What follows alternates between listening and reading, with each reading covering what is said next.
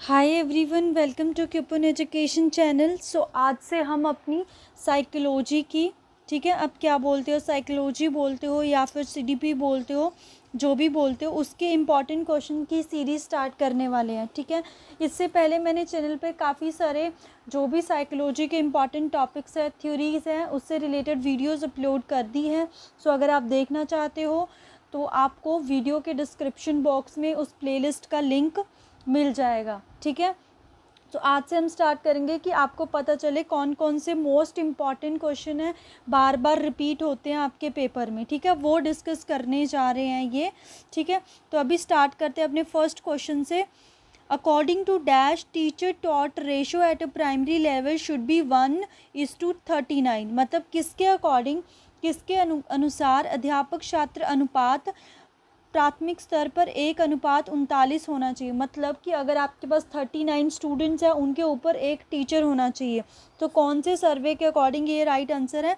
ये 6th educational survey of India, ठीक है, छठा भारतीय जो शिक्षण सर्वेक्षण हुआ है, उसके अनुसार ये राइट आंसर है। ठीक है, तो ये जो राइट टू एजुकेशन एक्ट हो गया, एनसीएफ हो गया, आपके पास शिक्षा अभियान हो गया, इनके ऊपर भी क्वेश्चन देखने को मिलते हैं। एजुकेशन पॉलिसीज़ क्या है क्या आपकी, ठीक है, तो ये भी आपने अच्छे से पढ़नी है। नेक्स्ट क्वेश्चन देखते हैं। शिक्षक की प्राभिकता को बढ़ाने के लिए पारंपरिक विश्लेषण पद्धति शिक्षा में किस विश्लेषण पद्धति शिक्षा को किसने विकसित किया है? Who developed the interaction analysis category system in education for increasing the teacher effectiveness? मतलब कि टीचर की इफेक्टिवनेस को इंक्रीज़ करने के लिए जो एनालिसिस कैटेगरी सिस्टम बनाया है वो किसने दिया है? तो वो दिया है फ्लैंडर ने। किसने दिया है? फ्लैंडर ने। ठीक है, फ्लैंडर ने। नेक्स्ट क्वेश्चन है, वर्तमान में व्यवहार सुधार में प्रयोग होने वाली तकनीक जिसमें सही अनुक्रिया के लिए टोकन द्वारा प्रस्तुत किया जाता है, किसे दर्शाता है? The current movement of a behaviour modification wherein token are awarded for the correct response as a reflection of. मतलब आप कोई अच्छा काम कर रहे हो, उसके लिए आपको क्या दिया जा रहा है? लेट्स से कोई भी रिवॉर्ड दिया जा रहा है, गिफ्ट दिया जा रहा है। जैसे छोटे बच्चों को बोला जाता है कि अगर आपके मार्क्स अच्छे आए तो आपको साइकिल दी जाएगी। ठीक है, तो ऐसे बच्चों को क्या दिया जाता है, मतलब कि, तो इससे क्या है, बच्चे में पॉजिटिव रीइंफोर्समेंट आती है। तो इस लॉ को हम लॉ ऑफ इफेक्ट बोलते हैं। किसका? प्रभाव, थॉरनडाई लॉ ऑफ इफेक्ट बोलते हैं, या थॉरनडाई के प्रभाव का नियम, कि वो देखता है कि मेरे को क्या मिल रहा है। पॉजिटिव चीज़ें मिल रही है तो वो उसमें जाएगा, नहीं मिल रही है तो नहीं जाएगा। तो इसमें करेक्ट रिस्पॉन्स के लिए अवार्ड दिया जा रहा है। तो ये थॉरनडाई का प्रभाव का नियम है। तो इसकी थ्योरी जो है वो हमने डिटेल में करी हुई है, वो आप चैनल पे विजिट करके देख सकते हो with the handwritten notes. ठीक है, नेक्स्ट है हमारे पास, विद्यालय में अनुपस्थिति और पलायन का कारण क्या हो सकता है? मतलब इंग्लिश में अगर हम देखें, so the reason of absence and escape from the school, कि बच्चा क्या है, स्कूल से एब्सेंट रह रहा है और स्कूल नहीं आ रहा है, तो इसका रीज़न क्या हो सकता है? Lack of interest in syllabus, poor method of teaching, ineffective teachers. मतलब कि सिलेबस में उसको इंटरेस्ट नहीं है, मेथड जो है वो पुअर है टीचिंग के, इनफेक्टिव टीचर्स हैं। तो ऑल ऑफ द अबव क्या होगा इसका राइट आंसर। ठीक है, अब जो पेपर आने स्टार्ट हुए हैं ना, थ्योरीज है तो बहुत इंपॉर्टेंट है, वहाँ से क्वेश्चन बनते ही बनते हैं आपके। बट अब कि एक एज अ टीचर आप कैसे सोचते हो कि जो बच्चा है वो क्या फील कर रहा है, इसके ऊपर भी क्वेश्चन आने स्टार्ट हुए। मतलब आपकी अंडरस्टैंडिंग कैसी है उसके ऊपर भी क्वेश्चन। मतलब अगर आप एक टीचर हो, एज अ टीचर वो आपके सामने एक सिचुएशन प्रेजेंट करेंगे तो उसके ऊपर भी क्वेश्चन पुट करते हैं वो। ठीक है, तो ये भी इम्पॉर्टेंट कॉन्सेप्ट हो गया अब साइकोलॉजी का। नेक्स्ट है, यदि आनुवांशिकता एक विशिष्ट व्यवहार का महत्वपूर्ण निर्धारक है तो दूर दूर रहकर पाले गए समरूप और भ्रातृ यमज के व्यवहार को हम किस प्रकार भविष्यवाणी करते हैं? If heredity is important determinant of a specific behaviour, किसी के बिहेवियर को जज करने के लिए हेरिडिटी क्या है, एक इम्पॉर्टेंट फैक्टर है। तो मतलब किसी का भी बिहेवियर कैसा होगा वो दो टर्म्स पे डिपेंड करता है जनरली।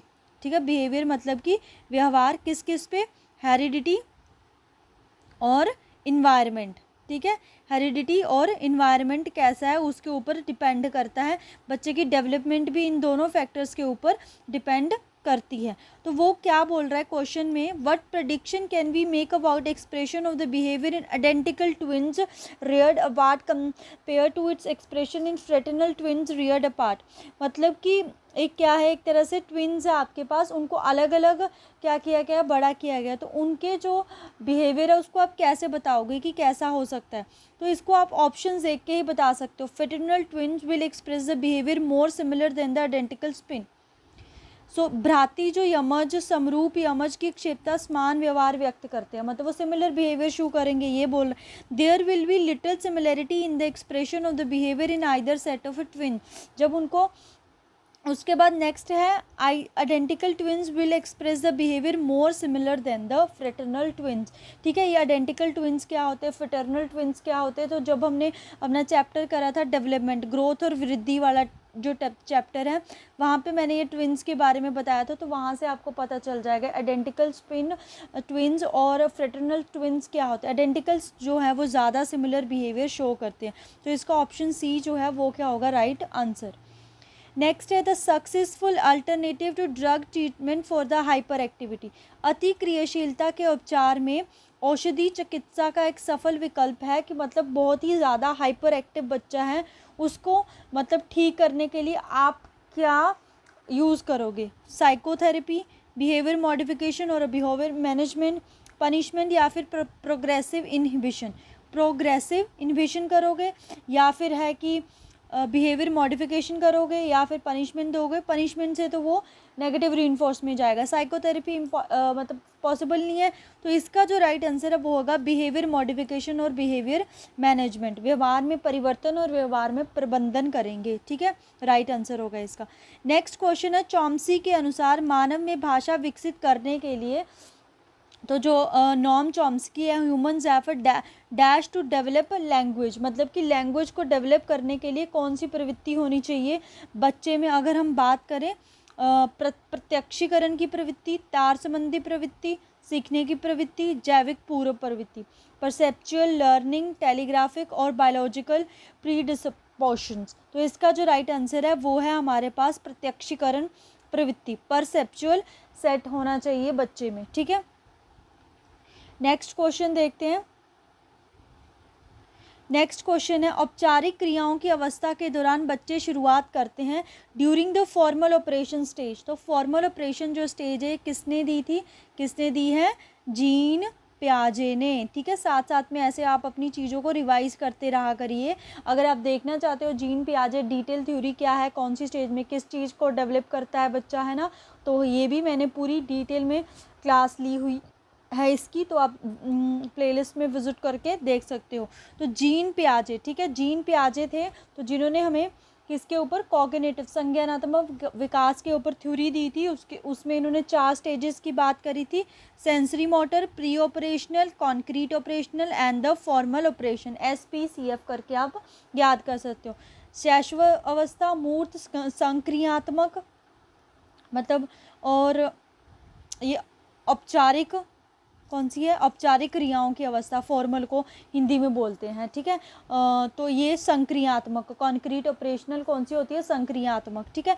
सो इसमें क्या बोलता है कि जब बच्चा फॉर्मल, और इम्पॉर्टेंट ये भी है कि कौन से एज ग्रुप की, तो ये हमारे पास 0 to 2 चलती है, ये 2 to 6 चलती है, इसकी बात करें हम 6 to 11 चलती है, और ये हमारे पास 12 to लाइफ लॉन्ग चलती है फॉर्मल ऑपरेशनल स्टेज। तो वो पूछ रहा है कि जो ये फॉर्मल ऑपरेशन स्टेज में, इसमें बच्चा क्या करने में सक्षम होता है, accurately use concept of A time, space and number, think primarily about concrete objects होते हैं, मतलब जिनको वो देख सकता है, कि मतलब उसके बारे में वो जानना स्टार्ट कर देता है। Develop the concept of object permanency, तो जो ऑब्जेक्ट परमानेंसी होती है उसमें क्या है कि बच्चा जो टॉय है, तो टॉय को ही क्या समझता है कि जैसे होता नहीं है कि अगर मतलब बच्चा समझता है कि टॉय भी एज अ ह्यूमन बीइंग ही क्या करता है, बिहेव करता है, तो वो ऑब्जेक्ट परमानेंसी वो प्री ऑपरेशनल स्टेज में आती है। और जो ये कॉन्क्रीट ऑपरेशनल वाली है, ये हमारे पास कॉन्क्रीट ऑब्जेक्ट्स वाली है, कॉन्क्रीट ऑपरेशनल में आते हैं। फॉर्मल ऑपरेशनल स्टेज में आता है कि बच्चा जो है एब्स्ट्रैक्ट थिंकिंग और हाइपोथेटिकली पॉसिबिलिटीज़ के बारे में जानना शुरू कर देता है, मतलब जो सिचुएशन उसके सामने भी नहीं है उनको भी चीज़ों को सॉल्व करना, टैकल करना वो जानना शुरू करता है। तो things in term of abstract principle and the hypothetical possibilities. So पूरा डिटेल में हमने करा हुआ है, तो आप देख सकते हो, बाकी आपको डिस्क्रिप्शन बॉक्स में मैं लिंक दे दूँगी, ठीक है। नेक्स्ट है आपके पास, आपके विद्यालय में एक बच्चे ने प्रवेश लिया जो कि सांस्कृतिक दृष्टिकोण से एक पिछड़ी हुई पृष्ठभूमि और परिवार से संबंध रखता है, तो आप क्या करोगे। देखो ये सिचुएशन आपके सामने प्रेजेंट की गई है, तो वो मतलब एज अ टीचर आपकी अंडरस्टैंडिंग चेक करना चाहते हैं जो एग्जामिनर है।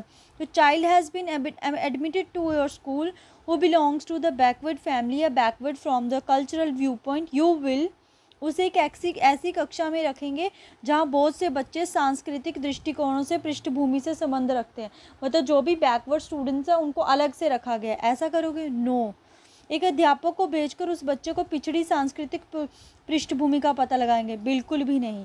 उसे एक सामान्य कक्षा में रखेंगे, चाहे बैकवर्ड वाले हो, कोई भी बच्चा हो, चाहे कास्ट सिस्टम हो या फिर क्लास अलग अलग हो, हम हर एक बच्चे को इंक्लूसिव एजुकेशन देते हैं, ठीक है। डिफरेंट कैटेगरी के बच्चे मतलब एक ही सामान्य कक्षा में रखे जाएंगे, परंतु उसे पढ़ाने के लिए विशेष प्रबंध करेंगे ताकि उसकी विशेष आवश्यकताओं का ध्यान रखा जाए, ठीक है। So option C, that is send a teacher, नहीं, keep him a normal class but will make special arrangement for teaching in keeping his special needs in view, ठीक है। नेक्स्ट क्वेश्चन है, प्रत्येक कोशिका में 46 डैश होते हैं जो कि आनुवंशिक जानकारी के लिए उत्तरदायी होते हैं जो माता पिता अपने बच्चों को देते हैं। तो ये 46 क्या होते हैं, क्रोमोसोम, जिसको हिंदी में क्या बोलते हैं, गुणसूत्र। तो क्या है हमारे पास, गुणसूत्र। ये 46 टोटल होते हैं, अगर हम इनके जोड़ों की बात करें या पेयर की, वो 23 होते हैं। तो इनके ऊपर भी क्वेश्चन फ्रेम हो जाता है, ठीक है। नेक्स्ट क्वेश्चन देखते हैं। तो नेक्स्ट क्वेश्चन है हमारे पास, ईच, ये हमने देख लिया, each cell possess 46 chromosome. Next है, डैश के अनुसार हम प्रत्येक जीवन की अवस्था में एक विशेष मनोसामाजिक दुविधा का सामना करते हैं। मनोसामाजिक मतलब कि साइको सोशल, ठीक है, साइको सोशल की बात हो रही है। तो साइको सोशल जो थ्योरी है वो किसने दी थी, एरिक एरिक्सन ने, ठीक है। मनोसामाजिक का जो सिद्धांत है किसने दिया था, एरिक एरिक्सन ने, विच मीन्स एरिक एरिक्सन ने ही ये बात की थी कि बच्चे को हर एक स्टेज में, जो इन्होंने 8 डिफरेंट टाइप की स्टेजेस दी हुई है, तो एरिक एरिक्सन की थ्योरी भी डिटेल में हमने with the handwritten notes करी हुई है, तो चैनल पे विजिट करके आप देख सकते हो। नेक्स्ट है, गर्भधारण से लेकर मृत्यु तक व्यवहार में परिवर्तन का अध्ययन डैश कहलाता है। The study of change in behaviour from conception to death encompasses for, मतलब कि जब बच्चे का बर्थ हो गया या कंसेप्शन हो गया उससे लेके डेथ तक जो उसका साइकोलॉजी चलती है उसको हम क्या बोलते हैं, दैट इज़ योर, हम बोल सकते हैं अपना डेवलपमेंट साइकोलॉजी, ठीक है। डेवलपमेंट साइकोलॉजी मतलब कि फिजिकल डेवलपमेंट हो रही है, सोशल हो रही है, कॉग्निटिव हो रही है, ठीक है। उसके बाद हम बोल सकते हैं कि सोशल साइकोलॉजी हो रही है, इमोशनल साइकोलॉजी हो रही है, मतलब ये सारी डेवलपमेंट, तो ये सारी डेवलपमेंट हमारे पास किसके अंडर आ जाती है, डेवलपमेंट साइकोलॉजी के अंडर। तो option C is the right answer. Next है हमारे पास, पैवलो का प्राचीन अनुबंधन में प्राथमिक रुचि अनुसंधान वाले कुत्तों में डैश को देकर लाश स्त्राव करने में उद्दीप्त होता है। तो पैवलो की अगर हम बात करें, ठीक है, क्लासिकल कंडीशनिंग थ्योरी, इसको हमने डिटेल में कर लिया है, क्लासिकल कंडीशनिंग थ्योरी, इसको हमने कैसे CDP से याद करा हुआ है, CDP। C से हमारी क्लासिकल कंडीशनिंग थ्योरी है, P से ये पैवलो ने दी है, और D से डॉग पर इन्होंने एक्सपेरिमेंट करा था, ठीक है। डॉग पर इन्होंने क्या करा था, एक्सपेरिमेंट करा था। कैसे करा था, मतलब एक फूड डिश, मतलब खाने की चीज़ उसके सामने रखी थी, जैसे ही खाने की चीज़ हम उसके सामने रखते थे तो जो भी वो डॉग था वो क्या था, सलाइवा को क्या करता था, सीक्रेट करता था। तो वही उन्होंने पूछा हुआ है कि जो ये लार को सीक्रेट कर रहा है वो क्यों करता है, ठीक है, किसकी वजह से, भोजन की तश्तरी या फूड डिश की वजह से, ठीक है। तो इसमें अनकंडीशनल रिस्पॉन्स, कंडीशनल रिस्पॉन्स, ठीक है, ये सारी चीज़ें हैं, इनको हमने डिटेल में करा हुआ है, इन थ्योरी को भी with the handwritten notes in both the language, Hindi और इंग्लिश में, तो आप चैनल में विजिट करके देख सकते हो। नेक्स्ट है हमारे पास, वाइगोट्स्की की सामाजिक सांस्कृतिक सिद्धांत ये बताते हैं कि बच्चों का सबसे महत्वपूर्ण आविष्कार डैश के द्वारा निर्देशित होता है। मतलब इंग्लिश में भी देख लेते हैं क्या बोला है कि वाइगोट्स्की जो सोशल कल्चर थ्योरी है suggest that child most important discovery are guided by, कि जो चाइल्ड की सबसे मतलब कि सोशो कल्चर थ्योरी है वो कैसे हम गाइड कर सकते हैं, both other children and adult acting as a tutor. इसका राइट आंसर ये होगा। ठीक है, ये हमने वाइगोट्स्की की जो सोशल कल्चर थ्योरी है, सामाजिक सांस्कृतिक सिद्धांत है, ये हमने नहीं करा है। बहुत ही जल्दी हम ये थ्योरी भी कर लेंगे। वेरी वेरी इंपॉर्टेंट थ्योरी है ये भी, वाइगोट्स्की की भी, इसके ऊपर भी क्वेश्चन देखने को मिलते हैं। ठीक है, नेक्स्ट क्वेश्चन देखते हैं। निर्मितवाद जो मानव संज्ञान की व्याख्या है ऐसे शिक्षण उपागमों से संबंधित है जो कि बढ़ावा देते हैं। Constructivism as a description of a human cognition is often associated with the educational approach that promote, कि जो हमारे पास कंस्ट्रक्टिविज्म है हमारे, वो किस चीज़ को प्रमोट करते हैं, that is active learning, learning by doing. जैसे हमारे जीन पे आ जाए, ठीक है, उनको हम एज अ कंस्ट्रक्टिविस्ट, तो उन्होंने क्या करता है कि बच्चा लर्निंग से सीखता है, अधिगम से, सक्रिय अधिगम से, अर्थात करके सीखता है। लर्निंग बाय डूइंग क्या है इसका राइट आंसर। तो कहीं पे भी निर्मितवाद आता है, निर्मितवाद कंस्ट्रक्टिविज्म, उनका क्या मानना है कि जो बच्चा है वो लर्निंग बाय डूइंग से सीखता है, दैट इज़ एक्टिव लर्निंग से सीखता है। नेक्स्ट क्वेश्चन है, देखो, अरुण की कक्षा में हुड़दंगी व्यवहार समाप्त हो गया जब अध्यापक और अन्य छात्रों ने उसकी तरफ ध्यान नहीं दिया, इसे कहते हैं when Arun disruptive classroom behavior stop because the teacher and the other students no longer pay attention toward the behavior is called, मतलब बच्चा क्या था, शरारती था, तो टीचर्स ने एकदम से, टीचर या स्टूडेंट्स ने उसकी तरफ ध्यान देना बंद कर दिया, तो उसकी तरफ ध्यान देना बंद कर दिया तो बच्चे का जो वो व्यवहार है वो समाप्त हो गया। तो इस कंडीशन को हम क्या बोलते हैं, इसको हम बोलते हैं एक्सटिंक्शन, विलोप। ठीक है, विलोप मतलब एक्सटिंक्शन मतलब ध्यान देना ही बंद कर दिया, not a punishment, it is not a punishment. ठीक है, stimulus generalisation not, stimulus discrimination भी नहीं है ये हमारे पास, इट इज़ अ एक्सटेंशन। इनको हमने डिटेल में करा हुआ है क्लासिकल कंडीशनिंग थ्योरी में। ठीक है, अपनी ऑपरेंट कंडीशनिंग थ्योरी में छोटी छोटी टर्म्स के बारे में डिटेल में पढ़ा है, तो आप ये भी देख सकते हो। नेक्स्ट क्वेश्चन देखते हैं। नेक्स्ट है गलती करके सीखने का सिद्धांत, who propounded the theory of trial and error. तो ट्रायल एंड थ्योरी एरर जो है किसने दी है, थॉरनडाई ने। ठीक है, ये आपका अभी जो जून में पेपर हुआ है किनका, नॉन मेडिकल वालों का। ठीक है, जून में पेपर हुआ है नॉन मेडिकल वालों का, उनको ये क्वेश्चन आया हुआ था, ट्रायल एंड थ्योरी जो है किसने दी है, आपकी थॉरनडाई ने। तो इस थ्योरी को भी हमने डिटेल में पूरा डिस्कस कर लिया है। ठीक है, तो आप चैनल पे विजिट करके देख सकते हो। नेक्स्ट क्वेश्चन है ALM का अर्थ क्या है, ALM stand for active learning material. ठीक है, विद्यार्थियों के बुद्धि परीक्षण स्तर की गणना करने का फॉर्मूला। ठीक है, हमारे पास IQ, अगर हम IQ की बात करें, वेरी वेरी इंपॉर्टेंट फार्मूला है हमारे पास ये। हर बार अगर नॉन मेडिकल को नहीं आया मेडिकल में आ जाएगा, मेडिकल को नहीं आया आर्ट्स में आ जाएगा, आर्ट्स को नहीं आया तो JBT वालों को आ जाएगा। वेरी वेरी इंपॉर्टेंट ये हमारे पास क्या है, एक तरह से फॉर्मूला है। ठीक है, तो ये क्या है हमारे पास, मेंटल एज अपॉन में क्रोनोलॉजिकल एज इनटू में 100। ठीक है, मेंटल एज अपॉन में क्रोनोलॉजिकल एज इनटू में 100। ठीक है, अब अगर बोलें कि जो IQ टर्म है सबसे पहले किसने दी थी, इसके ऊपर भी क्वेश्चन आता है, तो ये सबसे पहले दी थी विलियम स्टर्न ने। ठीक है, किसने दी थी, विलियम स्टर्न ने। और अगर कोई पूछे सबसे पहला जो IQ टेस्ट है, ठीक है, IQ हमारे पास डिफरेंट टेस्ट, बहुत सारे टेस्ट हैं, इनके ऊपर भी क्वेश्चन आते हैं, वो किसने दिया था, तो वो दिया था आपका एल्फ्रेड बाइनेट ने। ठीक है, किसने दिया था, एल्फ्रेड बाइनेट ने। इंपॉर्टेंट है ये क्वेश्चन, इनको आप साथ ही साथ मार्क कर सकते हो इंपॉर्टेंट पॉइंट्स के साथ। नेक्स्ट क्वेश्चन देखते हैं, निम्न में से व्यवहारवादी मनोविज्ञान कौन से हैं। ठीक है, हमारे बिहेवियरिस्ट कौन से हैं, तो बिहेवियरिस्ट यहाँ पे JB वॉटसन है, क्योंकि बिहेवियरिस्ट को हम, जो बिहेवियरिस्ट के फादर हैं, ठीक है, फादर ऑफ बिहेवियरिज्म कौन है, तो JB वॉटसन। ये जो हमारे पास पैवलो है, ठीक है, थॉरनडाई है, और अगर हम बात करें अपना वो दूसरे कौन से हैं, पैवलो हैं जिन्होंने वो दी है ऑपरेंट कंडीशनिंग की थ्योरी, स्किनर, ये हमारे पास बिहेवियरिस्ट है हमारे पास, ठीक है। J.B. वॉटसन जो है, जॉन वॉटसन इसके फादर है, ठीक है। बाकी अगर हम बात करें विलियम जेम्स कौन है हमारे पास, तो विलियम जेम्स इन्होंने इनको फादर ऑफ अमेरिकन साइकोलॉजिस्ट बोला जाता है, ठीक है, फादर ऑफ अमेरिकन साइकोलॉजिस्ट बोला जाता है। और इन्होंने क्या करा था, मतलब कि साइकोलॉजी की बात की थी, इन्होंने बुक भी लिखी है प्रिंसिपल ऑफ साइकोलॉजी के ऊपर, ठीक है, विलियम जेम्स ने। और जो सिगमंड फ्रॉइड बहुत ही फेमस है किसके लिए, साइको सोशल के लिए, ठीक है, किसके लिए, साइको एनालिसिस के लिए, मनोविश्लेषणवाद के लिए, साइको एनालिसिस के लिए, ठीक है, साइको एनालिसिस के फादर हैं हमारे पास ये। अगर हम बात करें सिगमंड फ्रॉइड जिन्होंने इड ईगो, ये जो इनके अगर हम बात करें इनके थ्योरी है, इसके बारे में भी हमने डिटेल में पढ़ा हुआ है, कॉन्शियस माइंड, अनकॉन्शियस माइंड, इनके ऊपर बहुत क्वेश्चन फ्रेम होते हैं, तो सारा हमने डिटेल में पढ़ लिया। जॉन डीवी क्या है ये, जॉन डीवी ये इन्होंने फादर के मतलब चाइल्ड साइकोलॉजी के ऊपर वर्क किया था, ठीक है।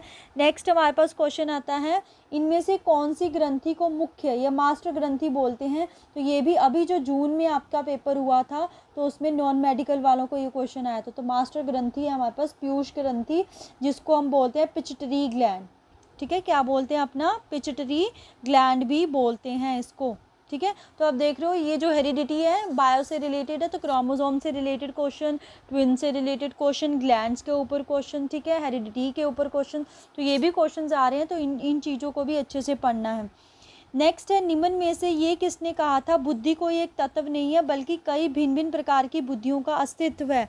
Out of the following who said that intelligence is not a single entity rather distinct type of, मतलब इंटेलिजेंस को मल्टी टर्म्स के ऊपर समझा था, तो किसने, हॉवर्ड गार्नर ने, ठीक है। मल्टीपल इंटेलिजेंस की जो थ्योरी है वो भी किसने दी थी, हमारे पास हॉवर्ड गार्नर ने ही दी थी।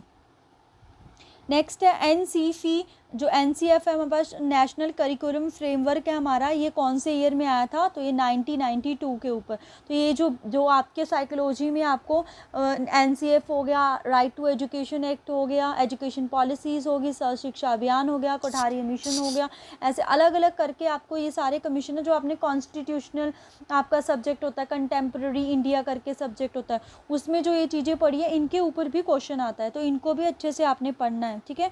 नेक्स्ट है ये देखो, बाल शिक्षा अधिकार अधिनियम के तहत विद्यालय में प्राथमिक अध्यापकों के लिए शैक्षणिक वर्ष में कितने दिन निर्धारित किए गए हैं, ठीक है, मतलब कि how many working days are compulsory for primary teacher in school under right to education act in academic year, मतलब एक एकेडमिक ईयर में जो प्राइमरी टीचर है उसके कितने दिन जो है कंपलसरी होने चाहिए, तो वो है 220 डेज, ठीक है, ये राइट टू एजुकेशन एक्ट से है हमारे पास क्वेश्चन। नेक्स्ट क्वेश्चन देखते हैं, भाषा में मुख्य रूप से कितने कौशल है, ठीक है, how many types of skills are used in language, तो वो है हमारे पास 4, ठीक है, जिसको हम वो बोलते हैं लिसनिंग, राइटिंग, स्पीकिंग, ये कौन सा बचता है, लिसनिंग, राइटिंग, स्पीकिंग, रीडिंग हमारे पास, ठीक है, LWSR करके आप इसको लर्न कर सकते हो, लिसनिंग, राइटिंग, स्पीकिंग और रीडिंग, सुनना, और राइटिंग मीन्स लिखना, और स्पीकिंग मीन्स बोलना, और रीडिंग स्पीकिंग मीन्स बोलना, रीडिंग मतलब क्या हो गया, पढ़ना, ठीक है। तो ये हमारे पास 4 स्किल हैं लैंग्वेज में, ठीक है। नेक्स्ट हमारे पास है बाल शिक्षा अधिकार नियम अधिनियम संविधान में किस संशोधन के कारण लागू किया गया, under which constitution amendment right to education was implement, ठीक है। जो राइट टू एजुकेशन हमारे पास हम बोलें कि एक्ट है वो कब, so under which constitutional amendment the right to education act was implemented, तो इसका जो राइट आंसर है ना वो है 86th अमेंडमेंट, ठीक है। तो ऑप्शन में यहाँ पे 86th अमेंडमेंट नहीं है, तो इसका राइट आंसर जो है 86th अमेंडमेंट है आपका, ठीक है। नेक्स्ट है वुंडेड ने मनोविज्ञान की कार्यशाला जो है कब खोली थी, वुंडेड ऐसे है ये वुंडेड, ठीक है, W से है, विलियम वुंडेड है ना, इस्टेब्लिश जो फादर है हमारे पास किसके, साइकोलॉजी के, इस्टेब्लिश साइकोलॉजी, इन्होंने ही फर्स्ट साइकोलॉजिकल जो लैब हमारे पास वो क्या करी थी, ओपन करी थी, कब करी थी, इन 1879, ठीक है, 1879, अगर पूछे कहाँ पे, जर्मनी में करी थी, ठीक है, कहाँ पे करी थी, जर्मनी में जगह पड़ती है लिपजिग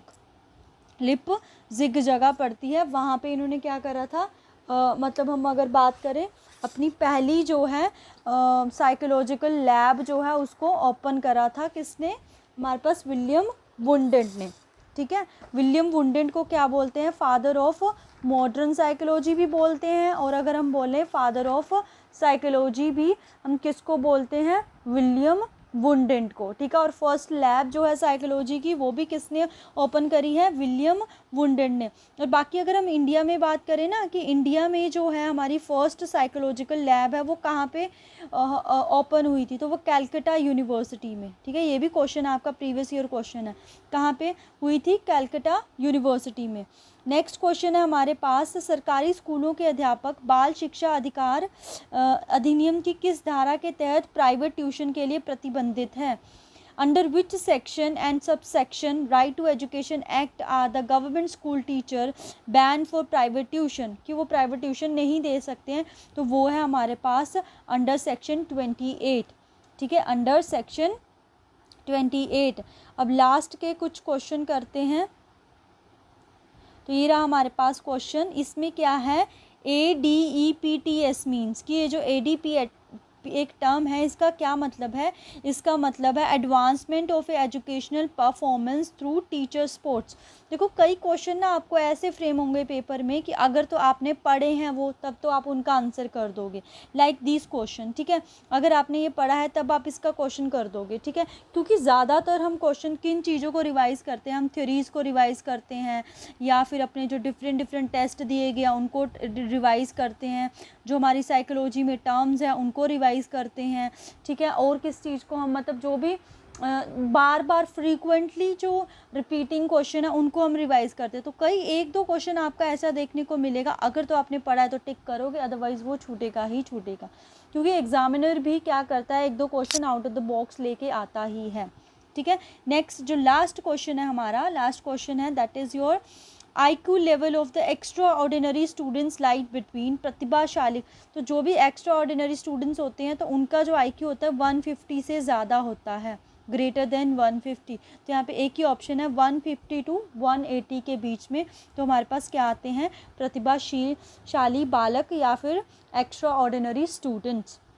ठीक है, तो ये थे इंपॉर्टेंट क्वेश्चंस, और इंपॉर्टेंट क्वेश्चन से आपको थोड़ा आइडिया लगेगा कैसे पेपर में क्वेश्चन फ्रेम होते हैं। बाकी अगर आप थ्योरीज पढ़ना चाहते हो तो उसके लिए भी ऑलरेडी मैंने काफ़ी सारे लेक्चर जो हैं अपलोड करे हुए हैं, तो डिस्क्रिप्शन बॉक्स से आप उसका लिंक ले सकते हो। आज के लिए इतना ही, थैंक यू सो मच।